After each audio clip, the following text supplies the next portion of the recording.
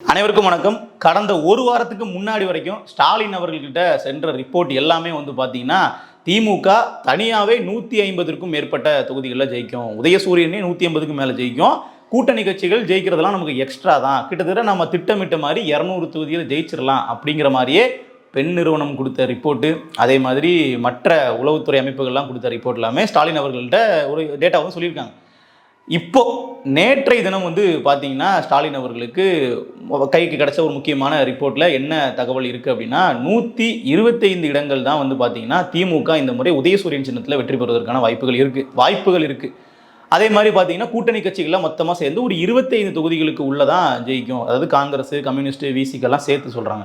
அப்போது இந்த அளவிற்கு கடந்த ஒரு வார காலத்தில் ஒரு டிராஸ்டிக்கான சேஞ்ச் நடந்திருக்கு அப்படிங்கிறத சொல்லவும் ஸ்டாலின் அவர்கள் ஒரு ஷாக்குக்கு உள்ளாயிட்டு உடனடியாக மண்டல வாரியாக பொறுப்பாளர்கள்ட்ட எல்லாம் பேசி எந்தெந்த தொகுதிகளில் வீக்காக இருக்குன்றதை பாருங்கள், உடனடியாக கடைசி கட்ட நடவடிக்கைகளை எடுங்க அப்படின்னு சொல்லியிருக்காப்புல. கடைசி கட்ட நடவடிக்கைகள்லாம் என்ன அப்படிங்கிறது எல்லாருக்குமே தெரியும். வீடு வீடாக போயிட்டு விட்டமின் எம் கொடுக்கறது தான் அந்த திட்டம். ஸோ அந்த பணிகள் தான் இப்போ ரொம்ப தீவிரமாக போயிட்டு இருக்கு. இருந்தாலும் அந்த ட்ரெண்டுக்கான காரணம் என்னங்கிற ஒரு கேள்வி இருக்கும் இல்லையா? ஸோ ஆரம்பத்தில் இந்த வருடத்தினுடைய ஆரம்பத்தில் நம்ம எடுத்து பார்த்தோம் அப்படின்னா கிளீன் ஸ்வீப் ஃபார் டிஎம்கே அப்படிங்கிறதான் எல்லா கருத்து கணிப்புகளும் சொன்ன விஷயம். அப்படியே தேர்தல் நேரம் நெருங்க அது டவுன் ஆகிட்டே வந்துச்சு. இப்போ பார்த்தீங்கன்னா ஸ்டாலின் அவர்கள் இருக்கக்கூடிய ஒரே ஒரு விஷயம் அப்படிங்கிறது, நாம தனிப்பெரும்பான்மையோட ஆட்சி அமைக்கணும், கூட்டணி ஆட்சிக்குள்ளே போயிடவே கூடாது அப்படிங்கிறத அவர் யோசிக்கிறாப்புல. இந்த பக்கம் வெற்றி வாய்ப்பு அவருக்கு நினைச்ச மாதிரி கிடைக்குமா அப்படிங்கிறதே ஒரு கேள்விக்குறியே நிற்குது. நான் சொல்றதெல்லாம் கருத்து கணிப்பு முடிவு வச்சு சொல்லிக்கிட்டு இருக்கேன். களம் அப்படிங்கிறது வேற மாதிரி கூட இருக்கலாம். திமுக வெற்றி வாய்ப்பை தவற விட்டா கூட ஆச்சரியப்படுறதுக்கு இல்லை. ஆனால் விஷயம் என்ன அப்படின்னு பார்த்தீங்கன்னா, இங்கே கருத்து கணிப்புகளே இப்போது ஸ்டாலின் அவர்களுக்கு சாதகமாக கடைசி கட்டத்தில் இல்லை அப்படிங்கிறத நம்ம பார்க்க முடியுது. நீங்கள் நல்லா பார்த்தீங்கன்னா தெரியும், 150 தொகுதிகளுக்கு மேலே எந்த இடத்துலையுமே திமுக வெற்றி பெறும்னு சொல்லின கருத்து கணிப்புகளை கூட சீட்டுகள் கொடுக்க முடியல திமுக கூட்டணிக்கு. இதே கருத்து கணிப்பு முடிவுகள் தான் சில மாதங்களுக்கெல்லாம் முன்னாடி பார்த்தீங்க அப்படின்னா எதிரிகள் பிரிஞ்சு நிற்கிறாங்க, திமுக ஆப்பனண்டே இல்லை, கிளீன் ஸ்வீப் தான் அப்படிங்கிற மாதிரிலாம் போட்டுட்டு இருந்தாங்க. ஸோ இந்த ட்ரெண்டு மாறினது காரணம் 4 முனை போட்டி அப்படிங்கிற ஒரு பிரதானமான காரணம். இன்னொன்று, எல்லா கட்சி தலைவர்களுமே ஃபுல்லஸ்ட்டாக ஒர்க் பண்ணியிருக்காங்க. எப்படின்னா இந்த முறை கண்டிப்பாக எல்லாருக்குமே தனித்தனியாக ஒரு டார்கெட் இருக்குது. இப்போ நீங்கள் அதிமுக எடுத்துக்கிட்டீங்க அப்படின்னா பிஜேபியை சில சிக்கல்களையும் தாண்டி தான் கூட்டணிக்கு முதல்ல வச்சுக்கிட்டாங்க. ஏன்னா 24 கூட்டணி வேண்டாம் பிஜேபின்னு சொல்லி வெளியே வச்சிருந்தாலும் இப்போ வெற்றி பெறணும் தேர்தல் அப்படின்றதுக்காகவே பார்த்தீங்கன்னா பிஜேபி கூட்டணியில் சேர்த்து அவர்கள் ஒரு அணியை ஃபார்ம் பண்ணி நம்ம ஆட்சி அதிகாரத்துக்கு வரணும் அப்படிங்கிறது ரொம்ப தீவிரமாக இருக்கிறாங்க. அதே மாதிரி விஜய் அவர்கள் எடுத்துக்கிட்டீங்க அப்படின்னா ஆரம்பத்தில் கூட்டணிக்காக பல முயற்சிகள் எடுத்தாலும் ஒரு கட்டத்தில் யாருமே விஜயனுடைய தலைமையை ஏற்று கூட்டணிக்கு வரல அப்படிங்கிறது தெரிஞ்ச உடனே நம்ம தனித்து தான் நிற்க போகிறோம். ஆனால் தனித்து நிற்க போகிறது மட்டும் இல்லை, நம்ம ஜெயிக்கவும் செய்யணும், ஆட்சியையும் பிடிக்கணும் அப்படின்னு சொல்லி தீவிரமான ஒரு போக்கில் போயிட்டு இருக்கிறாங்க. அதே மாதிரி நாம் தமிழர் கட்சி எடுத்துக்கிட்டோம் அப்படின்னா என்னதான் எதிர்த்தரப்புல ஆஃபர்லாம் வந்தாலும் நீங்கள் கூட்டணிக்கு வாங்க, நாங்கள் 30 சீட்டு 40 சீட்டு தரோம், உங்களுக்கு முக்கியமான பதவிகள்லாம் கொடுக்குறோம், உங்கள் தொகுதிக்கான செலவை நாங்களே பார்த்துக்கிறோன்னு எவ்வளோ தான் அந்த பக்கம் ஆஃபர் வந்தாலுமே எல்லா தரப்புலையுமே வந்திருக்கும். நீங்கள் பார்த்தீங்கன்னா திமுக கூட்டணிலையும் சரி அதிமுக கூட்டணிலையும் சரி முக்கியமான ஃபேக்டராக பல தொகுதிகளில் வெற்றி வாய்ப்பை நிர்ணயிக்கக்கூடிய வாக்கு வங்கி நாம் தமிழ் கட்சிட்டு இருக்கும். ஸோ அதனால் பெரிய அளவில் கூட்டணிக்கான அழைப்பெல்லாம் விடப்பட்டுச்சு. அது எல்லாமே வேண்டாம், நாங்கள் தனித்தே நிற்கிறோம்னு சொல்லிட்டு இந்த முறை நாம் தமிழர் கட்சி தங்களை நிரூபித்து காட்ட வேண்டிய ஒரு கட்டாயத்தில் இருக்கிறாங்க. அதிகப்படியான வாக்கு வங்கி வச்சா மட்டும்தான் நிச்சயமாக அந்த கட்சி ஒரு வளர்ச்சி பாதையில் போகுது அப்படிங்கிற அந்த ஒரு பார்வையை மக்கள் மத்தியில் உறுதியாக நிலைநாட்ட முடியும். அவர்களுக்கும் ஒரு பெரிய டார்கெட் இருக்கு. இப்படி எல்லா தளமுமே பார்த்தீங்கன்னா ரொம்ப ஃபுல்லி ஆக்குபைடா இருக்கு. யாருக்குமே இந்த தேர்தல் எடுத்தவங்க அவுத்தோம் இல்லை, இதை நம்ம ஃப்ரீயா விட்டுட்டு அடுத்ததுல பார்த்துக்கலாம் அப்படிங்கிற மாதிரியான தேர்தலே இல்லை. இந்த தேர்தல் முடிவை வச்சு தான் அடுத்த கட்டமாக இனி எப்படி ஒரு கட்சியும் அரசியல் பண்ண போகிறாங்க அப்படிங்கிறத நம்மளால் முடிவே பண்ண முடியும். ஸோ இந்த விஷயங்கள்லாம் இப்படி இருக்கு. இப்போ கடைசி அந்த ஒரு வார காலத்தில் ஒரு ட்ரெண்டு நம்ம மாறும்னு சொன்னோம் இல்லையா, அதில் நாம் தமிழர் கட்சிக்கு சாதகமான சில விஷயங்களும் நடந்திருக்கு. சமீபத்தில் சத்தியம் தொலைக்காட்சி வெளியிட்ட கருத்து கணிப்பு முடிவுகளை நம்ம பார்த்தோம் அப்படின்னா முதல் முறை வாக்காளர்கள் அதிகப்படியாக யாருக்கு வாக்களிப்பாங்கன்ற இதில் ஒரு கட்சிக்குமே கிட்டத்தட்ட ஒரு கால இடைவெளிக்கு இடையில முதல்ல யாருக்கு அவரோட ஆதரவு இருக்குது, அப்புறம் ஒரு வார இடைவெளி விட்டு யாருக்கு இருக்குது, அப்புறம் கடைசி தேர்தல் நெருங்கும் போது யாருக்கு அதிகமாக இருக்குன்ற மாதிரி பார்க்கும்பொழுது நாம் தமிழர் கட்சியினுடைய அந்த வாக்காளர்களுடைய விழுக்காடு அப்படி ஏறுமுகமாக இருக்குது. அப்படியே அது அதிகரிச்சுக்கிட்டே இருக்குது. நீங்கள் பார்த்தீங்க அப்படின்னா அந்த டேட்டாவே அவங்க போட்டிருப்பாங்க. ஜூலை 2025, மார்ச் 2026, ஏப்ரல் 2026 அப்படிங்கிற அடிப்படையில் பார்க்கும்போது திமுக 26 இருந்து 27 27 இருக்கிறது. அஇஅதிமுக அதன் கூட்டணி பொறுத்த வரைக்கும் 18 இருந்து 20 இருந்து இப்ப 18 குறைந்திருக்கிறது. தமிழக வெற்றி கழகம் முதல் 39 இருந்தது, 34 இருந்து இப்ப 33 குறைந்திருக்கிறது நம்ம பார்க்கிறோம். அதே போன்று நாம் தமிழர் கட்சி சீமான் தலைமையில நாம் நாம் தமிழர் கட்சிக்கு இதுக்கு முன்பெடுத்த கருத்து கணிப்புல 12ஆக இருந்து 17ஆக அதிகரித்து இப்ப 22ஆக அதிகரித்திருக்கு. அப்புறம் இது வந்து பாத்தீங்கன்னா கடைசி நேரத்துல சீமான் அவர்களுக்கு ஒரு ஆதரவு தளம் அதிகரிக்கிறத நம்மளால பார்க்க முடியுது. அதற்கான காரணம் என்ன அப்படிங்கிறது கட்சியினுடைய நிலைப்பாடு தான். ஏன்னா கிட்டத்தட்ட ஆரம்பத்துல வந்து ஒரு மாற்று அரசியலாக தாவேக்காவும் மக்கள் மத்தியில் பார்க்கப்பட்டாலும் கடைசியில் என்ன பண்ணிட்டாங்க அப்படின்னா ஃப்ரீபீஸ் அப்படிங்கிற கான்செப்டுக்குள்ளே அவர்களும் ரொம்ப சுலபமாக வந்து போயிட்டாங்க. ஆட்சிக்கு வந்தால் இலவசமாக நாங்கள் இதெல்லாம் கொடுப்போங்கிற மாதிரி மாதம் 2500 ரூபாய் வந்து உரிமை தொகை அப்படின்னு சொல்கிறது, பட்டதாரிகளுக்கு வந்து பார்த்தீங்கன்னா மாதம் மாதம் நாங்கள் ஊக்கத்தொகை கொடுப்போம்னு சொல்கிறது, இது எல்லாமே லிட்ரலி டிஎம்கே ஏடிஎம்கே வந்து அவங்களோட ப்ராமிஸில் வந்து இருக்கக்கூடிய ஒன்றாக இருக்கும். ஸோ அப்போ அதெல்லாம் வந்து பார்க்கும்போது இவங்களும் அதே மாதிரி தான் அரசியல் பண்ணுறாங்கன்ற ஒரு பார்வை வந்து பொதுவான மக்கள்கிட்ட இருக்கும். இப்போ விஜய் அவர்களுடைய தீவிர ரசிகர்களாக இருப்பாங்க, அவர்களுக்கு அந்த புரிதல் இருக்காது. ஆனால் பொதுமக்கள்கிட்ட வந்து பார்த்தீங்கன்னா ஓகே இவர்களும் வந்து அந்த திமுக அதிமுகவினுடைய மேனிஃபெஸ்டோவில் இருக்கிற பல விஷயங்களை சொல்லியிருக்காங்க அப்படிங்கிற ஒரு பார்வை இருக்குது. இந்த இடத்துல தான் வந்து பார்த்தீங்கன்னா அந்த முதல் முறை வாக்காளர்களுக்கு வந்து ஒரு புதுமை அப்படிங்கிறது வேணும் இல்லையா? இல்லை நாம் வந்து ட்ரெடிஷ்னலாக இருக்கக்கூடிய பார்ட்டிஸ் நம்ம வந்து ஓட்டு போட வேண்டாம், புதுசாக யார் வந்து மாற்று அரசியல் பேசுகிறாங்களோ அவங்களுக்கு நாம் போகலாம் நினச்சவங்கள ஒரு வலுவான சதவீதம் வந்து பார்த்தீங்கன்னா நாம் தமிழர்கள் கடைசி கட்டத்தில் வந்து இங்கே ஓட்டு போடலாங்கிற மாதிரி முடிவெடுத்திருக்கு. நம்ம இதில் தெரிய வருது.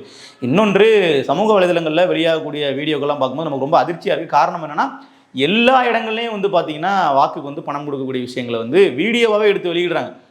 முக்கியமான சில கட்சி நிர்வாகிகள் வீட்டிலேருந்து கெட்டுக்கட்டாக பணம் எடுக்கிறதுலேருந்து வாக்குக்கு வந்து பணம் பட்டுவாடா பண்ணுறதெல்லாம் சர்வ சுலபமாக வந்து எல்லாருமே அவங்களோட மொபைல் ஃபோன்லேயே வீடியோ எடுத்து சமூக வலைதளங்கள் பதிவிடுறாங்க. ஆனால் பெரிய அளவில் வந்து தேர்தல் ஆணையம் மேலே தலையிட்டு அவர்கள்லாம் தடுத்து நிறுத்தின மாதிரி விஷயங்கள் நம்மளால் பார்க்க முடியல. ஸோ நாளைக்கு வந்து வாக்குப்பதிவு அப்படின்னா இன்றைக்கு வரைக்கும் தீவிரமாக பணப்பட்டுவாடா எல்லா கட்சிகளும் பண்ணிக்கிட்டு இருக்காங்க. நான் முதலே சொன்னேன் இல்லையா, ஒரு இன்டர்னல் சர்வே மாதிரி எடுத்து எந்தெந்த பகுதிகளில் வீக்காக இருக்குன்றதை அனலைஸ் பண்ணி திமுக அதிமுக போன்ற கட்சிகள்லாம் என்ன பண்ணுவாங்கன்னா அந்தந்த தொகுதிகளில் பெரிய அளவில் பணப்பட்டுவாடா பண்ணிக்கிட்டு இருக்காங்க. அதுதான் போயிட்டு இருக்கு. அதுலேயும் ஆளும் தரப்பு ரொம்ப தீவிரமாக வந்து இதை பண்ணிக்கிட்டு இருக்காங்க. குறிப்பாக வந்து இந்தியா டுடேவினுடைய நிருபர் ஒருத்தர் வந்து பதிவிடும் பொழுது நாம் தமிழர் கட்சி மட்டும்தான் வந்து இலவசங்கள் இல்லாமல் ஓட்டுக்கு வந்து பணம் கொடுக்காம முழுக்க தேர்தலில் நிற்கிறாங்க, மற்றவர்கள் அப்படி இல்லைங்கிறத இன்னொருத்தர் போட்ட பதிவுக்கு வந்து பதிலாக வந்து போட்டிருக்கிறாங்க. ஸோ மற்ற கட்சிகள் எல்லாருமே ஆங்காங்கே வந்து பணம் கொடுக்குறாங்க. திமுகவுக்கு இணையாக தாவேக்கா கொடுக்கல. ஆனால் வில்லிவாக்கம் போன்ற தொகுதியில் ஆதரவு நிற்கிற தொகுதியிலாம் பார்த்தீங்கன்னா பணப்பட்டுவாடா நடக்குது அப்படிங்கிறத பலருமே வந்து பதிவு பண்ணுறாங்க. அதோட உண்மைத்தன்மை என்னங்கிறது போக போக நமக்கு தெரியும்.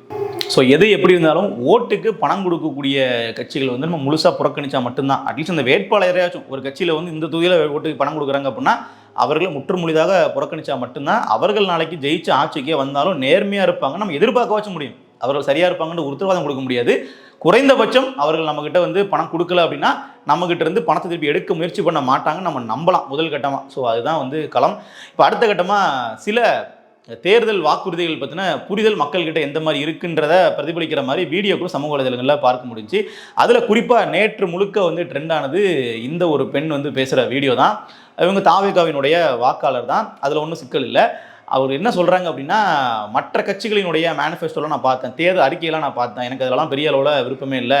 ஆனால் தாவேகாவினுடைய அறிக்கையை பார்த்த உடனே எனக்கு வந்து பெரிய அளவில் நான் வந்து பார்த்தீங்கன்னா கவரப்பட்டேன் அதனால் அப்படிங்கிற மாதிரி சொல்லி அவர்கள் ஒரு காரணம் சொல்கிறாங்க. அதை நீங்களே கேட்பாங்க. மூஞ்ச பார்த்து கண்டிப்பா போடுவாங்கண்ணா. அவர் விட்ட மேனிஃபெஸ்டோ பாத்தீங்களே, செம்ம இம்ப்ரெஸ் ஆயிட்டேனா. இது வரைக்கும் யாருமே எல்லாம் பாருங்க, நான் 8000 ரூபாய் கூப்பன் தரேன், நான் 10,000 ரூபாய் தரேன் தான் சொன்னாங்க. அதெல்லாம் அந்த சீனே கிடையாது. விஜய் கூட 2500 நான் கொடுக்குறேன் அப்படின்னு. ஆமா, நீங்க தப்பா. ஆனா அவர் என்ன தெரியுமா சொல்றாரு, மக்கள் பணத்துல இருந்து கொடுப்பேன்னு சொல்லல, ஏன் பணம், நான் ஏன் பணத்தை தரேன், மக்கள் பணம் எனக்கு தேவையே கிடையாதுன்ட்டாரு அவரு. அவர் தானா இந்த மாதிரி பேசுறதை கேட்கும் போது தான் நமக்கு வந்து கோவமே வருது. சொல்ல போனா எதுக்காக இப்படி இருக்காங்க அப்படின்ட்டு. அதாவது ஒரு அடிப்படை ஒரு புரிதல் இல்லாமலே வந்து பார்த்தீங்கன்னா பெரிய அளவில் ஒரு கட்சி ஆதரிக்கும் போது தான் நாம் அதை கூடுதல் விமர்சனம் செய்ய வேண்டிய தேவையும் இந்த இடத்துல ஏற்படுது. அதாவது இப்போ தாவேகா சார்பாக அவர்கள் வெளியிட்டுள்ள தேர்தல் அறிக்கையில் சொன்ன விஷயங்களை நிறைவேற்றணும் அப்படின்னா அதற்கே வந்து பார்த்தீங்கன்னா 6 to 9 லட்சம் கோடி ரூபாய் வரைக்கும் நிதி வேணும். அதாவது லட்சம் கோடி, வெறும் கோடி சொல்ல வரல. விஜய் அவர்களுடைய மொத்த சொத்து மதிப்பே வந்து 600 கோடி தான் ஒரு தேர்தல் ஆணைய பத்திரத்திலே வந்து காட்டியிருக்காப்புல. அவரோட அஃபிடவிட்லேயே அவ்வளோதான் இருக்குது. அப்புறம் எப்படி வேட்புமனுவிலே அவ்வளோதான் போட்டிருக்காருன்னா எப்படி அவர்கிட்ட அவ்வளோ பணம் வந்து இருக்குன்ற ஒரு கேள்வி இருக்கு இல்லையா? அப்போ அந்த எந்த புரிதலும் இவர்களுக்கு வந்து கிடையாது. இவர்களுக்கு வந்து என்னன்னா சொந்த காசுலேயே வந்து எல்லாமே பண்ணிட முடியும் அப்படிங்கிற ஒரு புரிதலும் இருக்குது. அது ரொம்ப தவறானதும் கூட. இன்னொன்று, திமுக அதிமுகவுடைய தேர்தல் அறிக்கையை விட இங்கே வந்து சிறப்பான முறையில் மாற்றா இருக்குது அப்படிங்கிற மாதிரி எதுவுமே சொல்ல முடியாது. ஆனால் இவர்கள் வந்து தேர்தல் அறிக்கைக்காக தான் நான் விஜய் ஆதரிக்கிறேன்ற மாதிரி ஒரு கருத்தையும் சொல்கிறாங்க. அது ரொம்ப வேடிக்கையாக இருக்குது. இன்னொன்று, நிறைய சமூக வலைதளங்களில் பரவக்கூடிய வீடியோங்கிறது இந்த சின்ன சின்ன குழந்தைகள் இருக்காங்க இல்லையா, அவர்கள் வந்து பார்த்தீங்கன்னா விஜய் மாமாவுக்கு ஓட்டு போடுங்க, அப்பா கிட்ட போய் விஜய்க்கு ஓட்டு போடுங்கன்னு சொல்லி பேசுறது. அதுலலாம் ஒரு சின்ன பையன் வந்து பேசுகிற வீடியோ பார்க்கும்போது நமக்கே ரொம்ப வந்து கோவமாக தான் இருக்குது. அந்த வீடியோ போடலாமான்னு தெரியல, ரொம்ப சின்ன பையனாக இருக்கிறதுனால அதெல்லாம் எப்படி காட்டுறதுன்னு தெரியல. ஒரு குழந்தை, அந்த பையன் என்ன பண்ணுறான் அப்படின்னா அவங்க அப்பாட்ட போயிட்டு நீ விஜய்க்கு ஓட்டு போடுன்னு சொல்லி கெட்ட வார்த்தையில வந்து திட்டுற மாதிரியான வீடியோக்கள், இது மாதிரி நிறைய வீடியோக்கள் சமூக வலைதளங்கள்ல நீங்கள் விஜய்க்கு ஓட்டு போடுங்க விஜய்க்கு ஓட்டு, அந்த பசங்களுக்கு எதுவுமே தெரியாது. எழுத தெரியுமான்னு கேட்டிங்கன்னா அதுவும் கூட தெரியாது. அந்த அளவிற்கு வந்து விவரம் இல்லாத பசங்கள்லாம் கூட வந்து பார்த்தீங்கன்னா இந்த குறிப்பிட்ட நடிகருக்கு வந்து ஓட்டு போடுங்கன்ற மாதிரி பிரச்சாரம் பண்ணும்போது அது என்ன சொல்ல தோணுது அப்படின்னா, அந்த பெற்றோர்கள் பண்ணக்கூடிய ஒரு தவறை நமக்கு வந்து தெளிவாக காட்டுது. இதில் இன்னொரு முக்கியமான விஷயம், எதுக்காக குழந்தைங்களுக்கு இல்லை பள்ளி படிக்கக்கூடிய மாணவர்களுக்கு வந்து ஓட்டு உரிமை இல்லை அப்படிங்கிறத முதல்ல நம்ம புரிஞ்சுக்கணும். 18 வயசுக்கு கீழே இருக்கக்கூடிய நபர்களுக்கு வந்து எது சரி எது தப்புங்கிறத பிரித்து பார்க்குற பக்குவம் இருக்காது. யார் வந்து ஆட்சிக்கு வந்தால் நல்லா இருக்கும்னு புரிஞ்சுக்கக்கூடிய அறிவு இருக்காது. அப்படிங்கிறதுனால தான் அவர்களுக்கு ஓட்டுரிமை வழங்கலை. இல்லைனா இருக்கக்கூடிய மக்கள் தொகைகள் எல்லாமே அவர்கள் ஓட்டுரிமை கொடுத்துடலாமே, அப்படி கொடுக்க முடியாது. ஏன்னா அவர்களுக்கு அந்த புரிதல் இருக்காதுன்றதுனால தான். அப்போது 18 வயசுக்கு மேலே உள்ள 30 வயசு இருக்கக்கூடிய 40 வயசு இருக்கக்கூடிய பெற்றோர்கள் அந்த சிறுவர்களினுடைய பேச்சை கேட்டு ஓட்டு போட்டால் எப்படி நாள் சரியாக இருக்கும்? அப்போ அவர்களுடைய பேச்சு கேட்டு இவர்கள் பண்ணாங்கன்னா இவர்களுக்கும் அந்த புரிதல் இல்லை, அந்த குழந்தைக்கு இதுக்கும் வித்தியாசம் இல்லைன்னா தான் அர்த்தமாயிரும் இல்லையா? இதுக்குன்னு சொல்லிட்டோம், அந்த குழந்தைக்கு இவங்களுக்கும் வித்தியாசம் இல்லைங்கிற அர்த்தமாயிரும் இல்லையா? ஸோ அந்த விஷயத்தை பார்க்கும்போது நமக்கு இன்னுமே கூடுதலாக கேள்வி கேட்க வேண்டிய தேவை வருது. அதுவும் தவறானது. அது ஓட்டுக்கு வந்து பணம் கொடுக்கக்கூடியதை ஒரு பிரதான கட்சிகள் ரொம்ப தீவிரமாக பண்ணிக்கிட்டு இருக்காங்க. அதுவும் ஒரு தவறான ஒன்று. இந்த மாதிரி வந்து குழந்தைகளை வந்து பார்த்தீங்கன்னா மேனிப்புலேட் பண்ணி அவர்கள் மூலமாக வந்து வீட்டில் இருக்கவங்களை வந்து ஓட்டு போட வைக்கிறது அப்படிங்கிறதும் ஒரு தவறான முடிவு. நாளைக்கு அந்த குழந்தைக்கே வந்து பார்த்தீங்கன்னா பெரிய பையன் ஆனதுக்கப்புறம் நம்மளா இப்படி சொன்னோம், நான் சொன்னேன் நீங்கள் கேட்பீங்களான்னு சொல்லி இந்த பெற்றோரை பார்த்தே கேள்வி கேட்பான், விவரம் தெரிஞ்சதுக்கு அப்புறமா சொல்கிறேன். ஸோ அந்த மாதிரி தான் வந்து விஷயங்கள்லாம் இருக்கும். ஸோ இது கடைசி கட்ட தேர்தலுக்கான நாள். இன்றைக்கு வந்து பார்த்தீங்கன்னா இந்த கட்சிக்கு ஓட்டு போடுங்க இதுக்கு போடாதீங்க அப்படிங்கிற மாதிரிலாம் சொல்கிறது சரியாக இருக்காது. ஏன்னா அது கடைசி கட்டத்தில் மக்கள் தான் வந்து முடிவு எடுக்கணும். ஓட்டுங்கிறது அவர்களுடைய உரிமை. ஆனால் நம்ம சொல்கிற விஷயம் என்னவா இருக்குது அப்படின்னு பார்த்தீங்கன்னா, ஓட்டு யாருக்கு வேணாலும் போடலாம். ஒரு சில காரணிகள் நம்ம வந்து வச்சுக்கணும். நம்ம தொகுதியில் வந்து நிப்பாட்டக்கூடிய வேட்பாளர் வந்து யார், வேட்பாளர் பெயரே தெரியாமல் பல கட்சிகளுக்கு வந்து பார்த்தீங்கன்னா ஓட்டு பரிசு நம்ம பார்க்க முடியுது. அந்த அளவுக்கு வந்து எதுவுமே தெரியாமல் இருக்க வேண்டிய தேவையில்லை. கட்சியினுடைய தலைவர் வந்து நமக்கு ரொம்ப பிடிச்சவராக இருக்கலாம், இருந்தாலும் அந்த தொகுதியில் நிப்பாட்டினவர் யார், அவருடைய பின்புலம் என்னன்னு பார்த்தீங்கன்னா, நீங்கள் எலெக்ஷன் கமிஷன் வெப்சைட்டில் நீங்கள் பார்த்தீங்கனாலே அவருடைய சொத்து மதிப்பு என்ன, அவருடைய கிரிமினல் பேக்ரவுண்ட் என்னங்க நம்ம தெளிவாக எடுத்து பார்க்க முடியும். ஸோ அந்த மாதிரிலாம் பார்த்து அவர் இதுக்கு முன்னாடி என்ன பண்ணிட்டு இருந்தார், ஒருவேளை நாளைக்கு அவர் வென்றால் என்ன பண்ணுவார் அப்படிங்கிற ஒரு புரிதலுக்கு நம்ம வர முடியும். இன்னொன்று, மக்களுக்கு இருக்கக்கூடிய ஒரு முக்கியமான மனநிலை அப்படிங்கிறது, ஜெயிக்கக்கூடிய கட்சிக்கு வந்து நம்ம ஓட்டு போட்டுடலாம், நம்மளுடைய ஓட்டு வேஸ்ட் ஆகக்கூடாது அப்படின்னு ஒரு பார்வை இருக்குது. அது ரொம்ப ரொம்ப தவறான ஒரு பார்வை. நீங்கள் வந்து யாருக்கு ஓட்டு போட்டீங்க, உங்கள் ஓட்டு யூஸ் ஆச்சா ஆகலையாங்கிறதெல்லாம் இங்கே வந்து யாருக்கும் பேச்சே கிடையாது. உங்களுக்கு ஒரு வேட்பாளரை பிடிக்குது, இவர் வந்தால் சரியாக இருக்கும்னு தோணுது அப்படின்னா அவர் ஜெயிப்பார் தோப்பாருங்கிறதெல்லாம் கடந்து நாம் வந்து அவர்களுக்கு வாக்கு செலுத்தணும். அதுதான் சரியான ஒன்றாக இருக்கும். மற்றபடி வந்து நான் தோக்கிற கட்சிக்கு ஓட்டு போட்டால் நானே தோற்ற மாதிரி அந்த மாதிரிலாம் கிடையவே கிடையாது. நீங்கள் ஒருத்தருக்கு வாக்கு போட்டு அவர் ஜெயிச்சாலுமே நீங்கள் ஜெயிச்சதெல்லாம் அர்த்தம் கிடையாது. ஏன்னா அவருக்கு யாருன்னு தெரிய போகிறதும் கிடையாது. நீங்கள் போயிட்டு உங்களுக்கு மட்டுமே தெரியக்கூடிய மிஷினில் தான் போய் ஓட்டு போடுவீங்க, நீங்கள் யாருக்கு போட போகிறீங்கன்னு தெரிய போகிறதும் இல்லை. ஸோ மக்களுடைய பெரும்பான்மை ஆதரவு யாருக்கு இருக்கோ அவர்கள் தான் வெற்றி பெறுறாங்களே தவிர தனி ஒருவனா நீங்கள் முடிவு பண்ணுறதுங்கிறது எதுவுமே இல்லை. அதனால் ஓட்டு அப்படிங்கிறத ஜெயிக்கிற பக்கம் நின்று நம்ம அவங்களுக்கு போட்டுடலாம், நம்மளுடைய ஓட்டு வீணாகாமல் பார்த்துக்கலாம் அப்படிங்கிற மாதிரிலாம் எதுவுமே கிடையாது. ஒவ்வொருத்தருமே வந்து இண்டிவிஜுவலாக சிந்திச்சு யார் சரியான நபர்னு அவர்களுடைய சிந்தனைக்கு எட்டுதோ அவர்களுக்கு ஓட்டு போட்டு வர்றது நல்லது. நன்றி.